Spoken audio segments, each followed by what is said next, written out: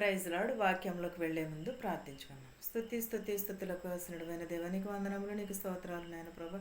గడిచిన కాలం అంతే మమ్మల్ని కాచి కాపాడి సజీవర లెక్కలను ఉంచినది నీకు వందనములు. నేను వాక్యం విని వాక్యం ద్వారా మేము అనుసరించే భాగ్యమును దయచేయమని అడుగుతున్నాను ప్రభా. ఇక్కడ నిలబడి దాన్ని నేను మాత్రమే కానీ ప్రభా, మాట్లాడేవారు మీరు నాయన ప్రభా. నా నోటి వెంట ఏమి పలికించాలనుకున్నారో అవి పలికించమని అడుగుచున్నాను ప్రభా. ఇదైతే నా చిత్తము కాదు కానీ ప్రభా, నీ చిత్తమే నాయన ప్రభా. వినిచున్న వారికి, చూచుచున్న వారికి, ప్రతి ఒక్కరికి మారు మనసును దయచేయమని అడుగుచున్నాను తండ్రి. ఆమేన్. నిర్గమాకాండము 33:17 ఎలా ఉన్నదండి? నీ మీద నాకు కటాక్షము కలిగి ఉన్నది. ఎవరి మీదండి? మన మీద దేవునికి కటాక్షము కలిగి ఉన్నది. దేవుని కటాక్షము మన పైన ఉంటే ప్రతిదీని కూడా మనకి సాధ్యమనే అవుతుంది. దేవుడు తన ప్రజలకు తోడుగా ఉంటానని ఇలాగ సెలవిచ్చుచున్నాడు. ఏమని? నా కటాక్షము మీ మీద ఎప్పుడునూ కూడా ఉంటుంది. నీ మీద దేవుని కటాక్షము ఉన్నదంటే కలిగే ప్రయోజనాలు ఎన్నో. దేవుని కటాక్షము మన మీద ఉంటే మనకి జరగవలసిన కార్యములన్నీ కూడా జరుగుతాయి. మన మీద దేవుడు ఎన్నో ఆశీర్వాదములు ఇస్తాడు. మన కుటుంబం మీద, మన పిల్లల మీద, మన పశువుల మీద కూడా దేవుడు కటాక్షము ఉంటే మనము ఆశీర్వదింపబడతాము. దేవుని దయ ఉంటే మనకి ఏదైనా కూడా సాధ్యమే అవుతుంది. దేవుని కటాక్షము మన మీద ఉంటే మనలను దేవుడు హెచ్చిస్తానని చెప్పుచున్నాడు. దేవునిలో మనం ఎదగాలంటే ఆయన కృపా కాపుదల కూడా మన పైన ఉండాలి.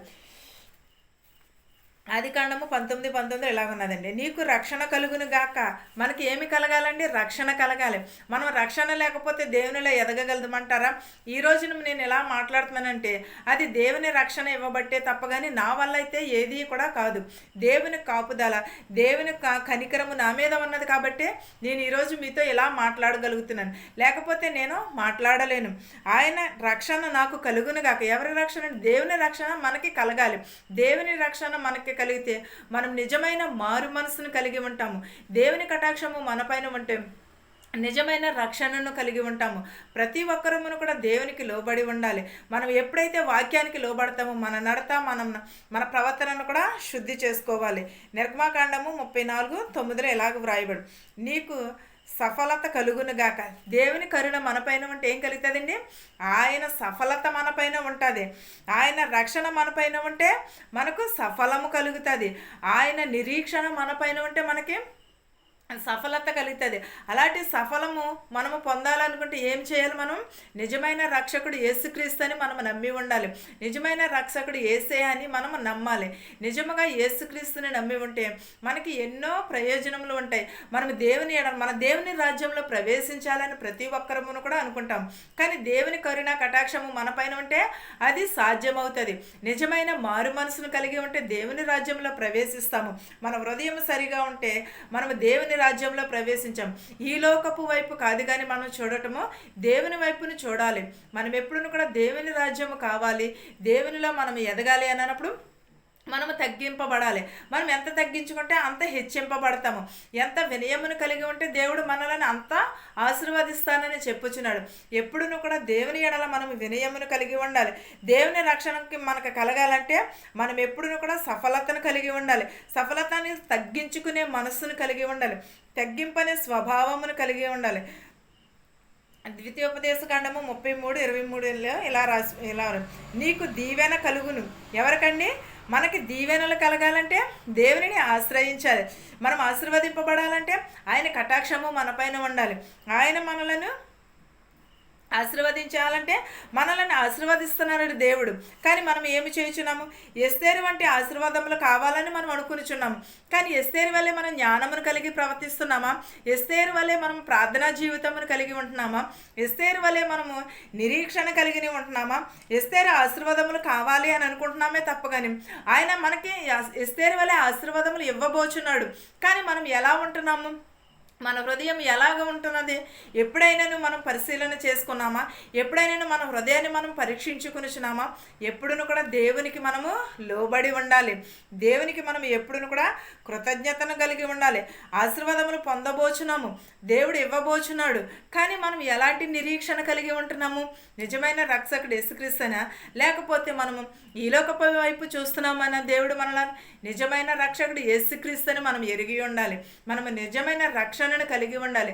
నిజమైన మారు మనసున ఆత్మ విషయమైన విషయమైన వారు ధన్యులని చెప్పుచున్నారు. మనం హృదయం శుద్ధి చేసుకోవాలి, మన నడతను శుద్ధి చేసుకోవాలి. ఆయన యందు మన ఆత్మను శుద్ధి చేసు ఆత్మ విషయమైన దీనులైన వారు ధన్యులు, వారిది పరలోక రాజ్యం అని చెప్పుచున్నాడు. అలాంటినప్పుడు మనం ఇంకెంత నిరీక్షణ కలిగి ఉండాలి, ఇంకెంత ఆశీర్వాదమును కలిగి ఉండాలి, దేవునిలో మనం ఇంకెంతను కూడా ఎదిగి ఉండాలి. మనం ఎప్పుడునూ కూడా దేవుని ఎడల నమ్మకమును ఆశీర్వాదములు కావాలనుకుంటే మనము తగ్గింపు అని స్వభావమును కలిగి ఉండాలి. మన తగ్గింపు స్వభావం లేనప్పుడు దేవుడు మనలను ఆశీర్వదిస్తాడంటారా? కాదు. మన తోటి వారితో మనం సహవాసము కలిగి ఉండాలి, మన తోటి వారిని ప్రేమించాలి. మనం చాలామంది ఈ రోజుల్లో నేను తగ్గున్నాను, లేకపోతే నేను తగ్గున్నాను కానీ కాదు. నిజమైనగా మనం తగ్గి ఉంటే దేవుడు మనలను ఆశీర్వదిస్తాడు. ఒక్క మాట సెలవివ్వను గానుగా మనకి ఆశీర్వాదము పొందుకుని చుంటాము. ఎప్పుడును కూడా మనం దేవుని ఆశీర్వాదములు పొందుకుని ఉండాలని, ఎప్పుడును కూడా వాక్యమునకు లోబడి ఉండాలి. అందరము కూడా ఆశీర్వాదములను దీవెనలను పొందుకోవాలని మీ అందరికీ కోరుచున్నాను. ప్రార్థించుకుందామండి. స్థుతులకు ఆసీనుడు అయిన దేవా, నీకు వందనములు, నీకు స్తోత్రాలు. నాయన దయగల మా తండ్రి, కృపగల దేవా, నీకు లెక్కలేని స్తోత్రాలు చెల్లించుకునిచున్నాను ప్రభా. మా శత్రువులు మిత్రువులు దీవించమని అడుగుచున్నాం ప్రభా. ధనికులనేమి భేదాలనేమి దీవించమని అడుగుచున్నాను ప్రభా. చిన్నబిడ్డలని, యవనస్తులని, యవనరాలని, బాలికలని, బాలింతలని, వృద్ధాప్యంలో ఉన్న వారి, నడివయసులో ఉన్న వారిని అందరినీ దీవించమని అడుగుచున్నాం ప్రభా. స్త్రీలని, పురుషులని ప్రభ, బాలికలను కూడా దీవించమని అడుగుచున్నాను ప్రభ. గర్భిణీ స్త్రీలకు సిలువని కనుపు దయచేయనైనా ప్రభ. యవనస్తులు త్రెట్టిల్లపోకుండా నీ పాదాలు చెంత చేర్చుకోమని అడుగుచున్నాను ప్రభ. సరైన వధువు కోసం, సరైన వరుడు కోసం ఎదురు చూస్తున్నారు ప్రభ. వారికి సాటి అయిన సహాయం చేయమని అడుగుచున్నాను నాయన ప్రభ. ప్రతి ఒక్కరు హృదయములు మార్చమని అడుగుచున్నాను ప్రభ.